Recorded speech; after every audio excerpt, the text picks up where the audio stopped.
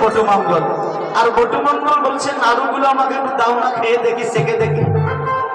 রাধারানী বলছে এই বটু থাকলেই তো সর্বনাশ হবে।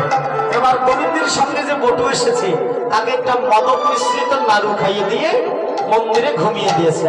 এবার একা কৃষ্ণ, এই একা কৃষ্ণকে পেয়ে দেখিস এ মামনি,